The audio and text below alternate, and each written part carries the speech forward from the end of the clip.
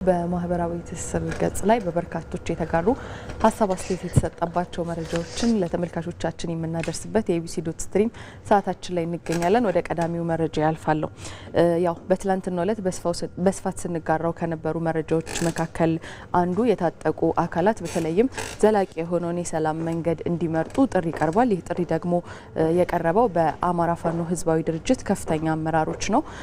በተለይም ደግሞ ያው ከዚህ ቀደም በአለፉት ዓመታት ውስጥ ክልሉ በግጭት ውስጥ በነበረበት ወቅት ማህበረሰቡ ያስተናገደው መልከ ብዙ የሆነ ችግሮች አሉ። ማህበራዊ፣ ኢኮኖሚያዊ፣ ስነ ልቦናዊና ሌሎችም ብዙ ችግሮችን ሲያስተናግድ ነበረ።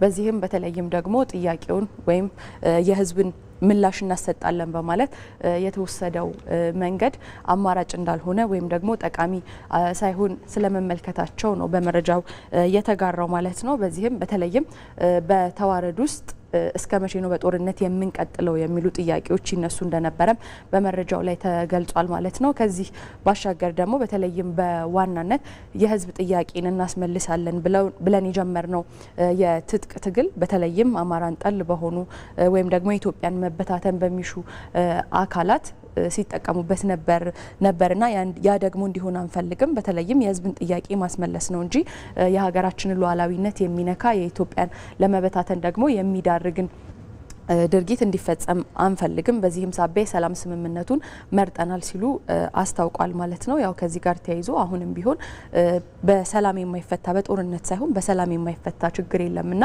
በትጥቅ ላይ ያሉ አካላት ዘላቂ የሆነውን የሰላሙን መንገድ እንዲመርጡ ሲሉ በትላንትናው ዕለት ጥሪ አቅርበዋል ማለት ነው። በተለይም ባለፉት 3 ዓመታት ላይ ማህበረሰቡ በአካባቢው ለመንቀሳቀስ ሲቸገር ነበረ። ወደ ጤና ተቋማት፣ ወደ ትምህርት ተቋማት የተለያዩ ማህበራዊ አገልግሎቶችን ለማግኘት ተግዳሮቶችን ሲያስተናግድ ነበርና ይህ ደግሞ ጥያቄውን እናስመልስለታለን ላልነው ህዝብ የሚገባው ባለመሆኑ የሰላምን አማራጭ ተጠቅመናል ሲሉ በትላንትናው ዕለት ሀሳባቸውን ሰጥተዋል። ከዚህ ባሻገር ግን በዋናነት በተለይም እኛም እንደ አጀንዳ ስንመለከተው የነበረው ያሉ ችግሮችን ልናስፈታ የምንሄድባቸው መንገዶች ለሶስተኛ አካላት ማለትም ለውስጥ ባዳዎች እንዲሁም ደግሞ ለባንዳዎች ክፍተት መፍጠር የለበትም የሚለው ሀሳብ የተስተናገደበት ነበረ። በስፋትኛም ስንጋራው ነበር።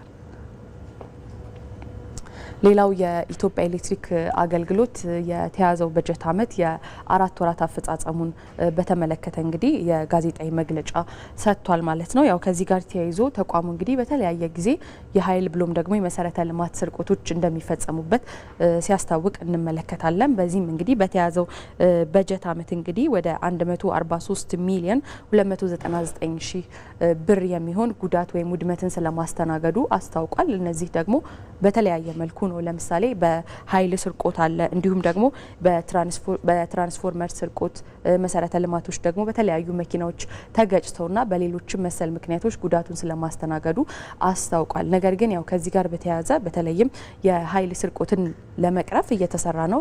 የተቋሙ እንግዲህ የራሱ የቁጥጥር ሰራተኞች አሉ። በዚህ ድርጊት ውስጥ የሚገኙ አካላት እንግዲህ ያው በመጀመሪያ ላይ የቁጥጥር ስራው ይሰራል፣ የስሌት ስራው ይሰራል።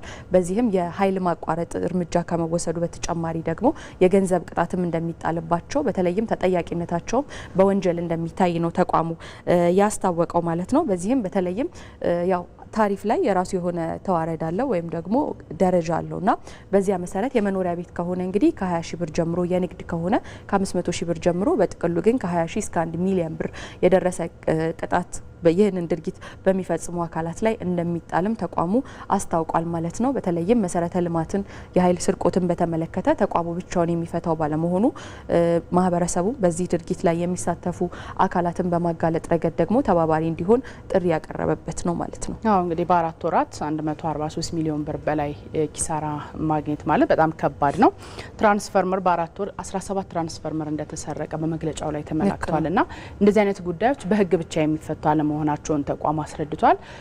ለምሳሌ ትራንስፎርመር የሚገኝበት አካባቢ ሰዎች በጨለማን ተገና አድርገው ስለሆነ ብዙ ጊዜ ስርቆት የሚያካሂዱት ሲገኙ ለአካባቢ ፖሊስ ማመልከት እንደሚገባ፣ ምክንያቱም በውድ የሚገዙ እቃዎች ናቸው። እነዚህ እቃዎች ጉዳታቸው ለሀገርም ጭምር ስለሆነ ሁሉም ሰው ይህንን መከላከል እንዳለበት ነው። በተለይ ደግሞ ከኃይል ስርቆት ጋር ተያይዞ ያለው ብዙ ጊዜ በሙያተኛ የሚደረግ ነው ተብሎም ስለሚታመን ከዛ ጋር ያለውን ጥቆ ቁጥጥር እናደርግበታለን ሲሉ ነበር። እንደተባለው ግን የሀገር ችግርም ስለሆነ በጋራ መከላከል እንደሚገባ ተመላክቷል። ልክ ነው። አንቺም እንዳልሽው ነው። ከዚህ ቀደም በተለይም ተቋሙ ደግሞ እንደ ሪፎርም የአገልግሎት ማሻሻያዎች ላይ አበክሮ እየሰራ መሆኑ ይታወቃልና በዋናነት በተለይም ተደራሽ ያልሆነባቸው አካባቢዎች ላይ ተደራሽ እንዳይሆን ማነቆ የሆነበት አንዱ ተደራሽ የሆነባቸው አካባቢዎች ላይ የሚፈጸሙ ስርቆቶች ናቸው። እነሱን በድጋሚ ለማሻሻል የሚወጡ ወጪዎች ሌላ አካባቢዎች ላይ ተደራሽ እንዳይሆን እየገታው ስለመሆኑ አስታውቋል። በዚህም በተለይም በዋናነት ደግሞ ጥሪ የቀረበው ለማህበረሰቡ አንድ አካባቢ ላይ ያለ አንቺም እንዳልሹ ትራንስፎርመር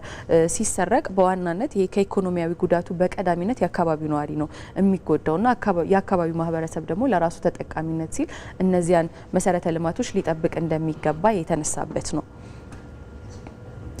ያው ሌላኛው መረጃችን እንግዲህ ወደ ቻይና ይወስደናል። ቻይና ያው ብዙ ጊዜ በተለይም በዲጂታሉ ዓለም የምታመጣቸው የተለያዩ ሀሳቦች አሉ።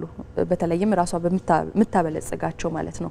ያው ዛሬ የምንመለከተው ከማህበራዊ የትስስር ገጽ ጋር ተያይዞ በተለይም ያው የተቀረው ዓለም አብዛኞቹን የትስስር ገጾች ይጋራል፣ አብዛኞቹን መተግበሪያዎች ይጋራል። ቻይና ግን ያው እዚህ ያለመድናቸው ኢንስታግራም፣ ፌስቡክ፣ ቲክቶክ ብዙ ስልካችን ላይ እንግዲህ ያሉት መተግበሪያዎች ልክ ቻይና ስንደርስ መስራታቸውን ያቆማሉ።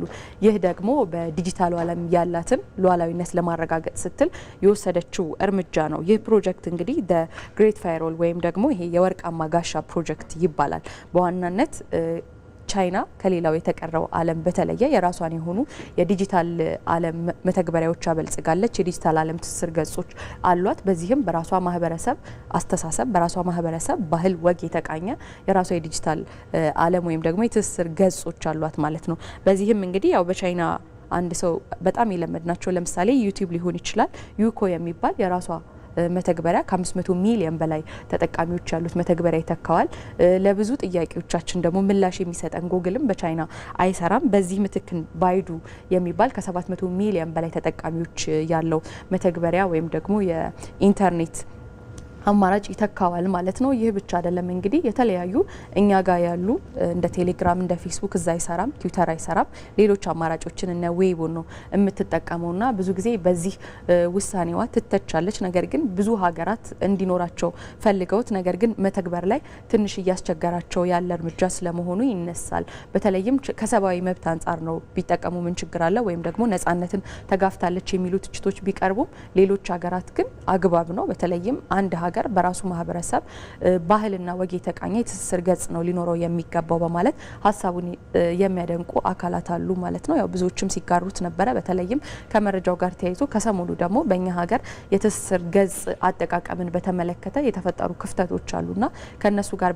በማያያዝ ሀገራት በዚህ መልኩ ዲጂታላዊ ሉዓላዊነታቸውን ደግሞ ሲያረጋግጡ የራሱ የሆነ ጥቅም እንዳለው የተገለጸ ነው። ከዚህ ባሻገር ያው ይህ ብቻ አይደለም። የትስስር ገጾች ወይም ደግሞ በጥቅሉ የኢንተርኔቱ ዓለም ጠቃሚ የሆነ ድርሻ እንዳለው ወይም ጠቃሚ የሆነ ገጽ እንዳለው ሁሉ ጎጂ የሆነም ደግሞ ክፍል አለውና ከዚህም በመገንዘብ አሁን አውስትራሊያ ከ16 ዓመት በታች የሆኑ ዜጎቿ ኢንተርኔት እንዳይጠቀሙ እርምጃ ወስዳለች። ነገር ግን ያው ይህን ስታደርግ ከመተግበሪያ ድርጅት ባለቤቶቹ ጋር ወይም ደግሞ ከድርጅቶቹ ጋር በተደረገ ስምምነት ነው እንጂ ራሷ ሌላ አማራጭን ተጠቅማ አይደለም። የቻይና ግን ለየት የሚያደርገው ሙሉ በሙሉ እንግዲህ ሌሎቹ መተግበሪያዎች በሷ ጋር ሰርገው እንዳይገቡ የመመከቱን ስራ ትሰራለች። በዚያ ምትክ ደግሞ ዜጎቿ ለአማራጮቹ አዲስ እንዳይሆኑ በራሷ የተቃኙትን መተግበሪያዎች ደግሞ ታስጠቅማለች ማለት ነው። ብዙዎች ሊጋሩት ወይም ደግሞ ልምድ ሊወስዱበት የሚችሉበት መረጃ ነው ማለት ነው። እኛም ያው በስፋት ስንጋራው የነበረ ነው።